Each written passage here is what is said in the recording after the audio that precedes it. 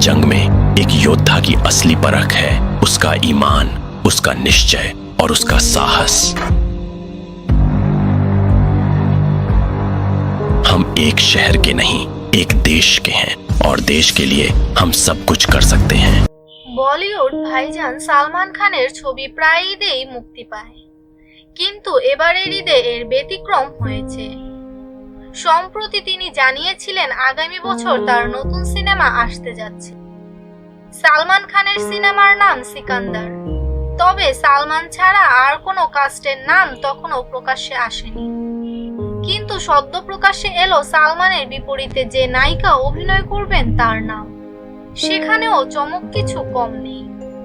শোনা যাচ্ছে সালমানের বিপরীতে এই সিনেমায় অভিনয় করতে যাবে রাশমিকা মান্দানা। আজ নিজের ইনস্টাগ্রাম স্টোরিতে ছবি দিয়ে এই আলোচনায় হাওয়া দিয়েছেন রাশমিকা নিজেই।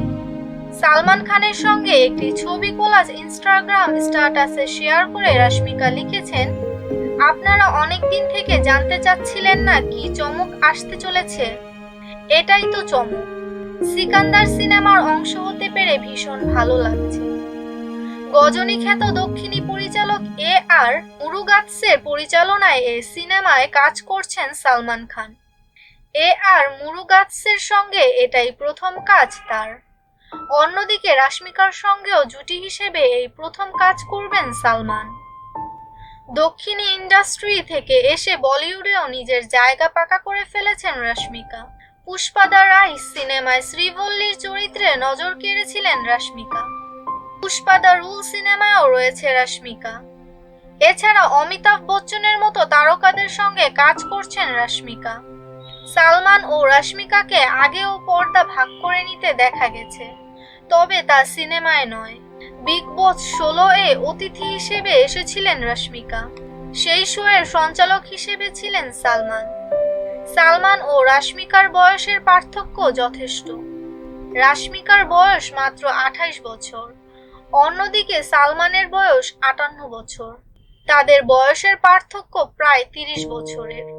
গুড বাই সিনেমা দিয়ে বলিউডে পা রাখেন রাশমিকা। এরপর মিশন মজনুতে অভিনয় করেন, তবে নায়িকার সব রেকর্ড ভেঙে দেয় অ্যানিমেল। অন্যদিকে প্রযোজক সাজিদ নাদিয়াদ ওয়ালা সালমানের দীর্ঘদিনের বন্ধু।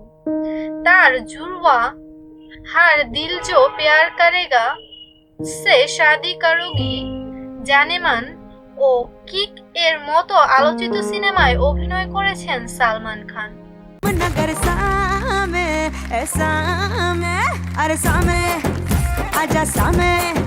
बलम सामे परम सामे सनम सामे अरे सामे आजा सामे बलम सामे परम सामे सनम सामे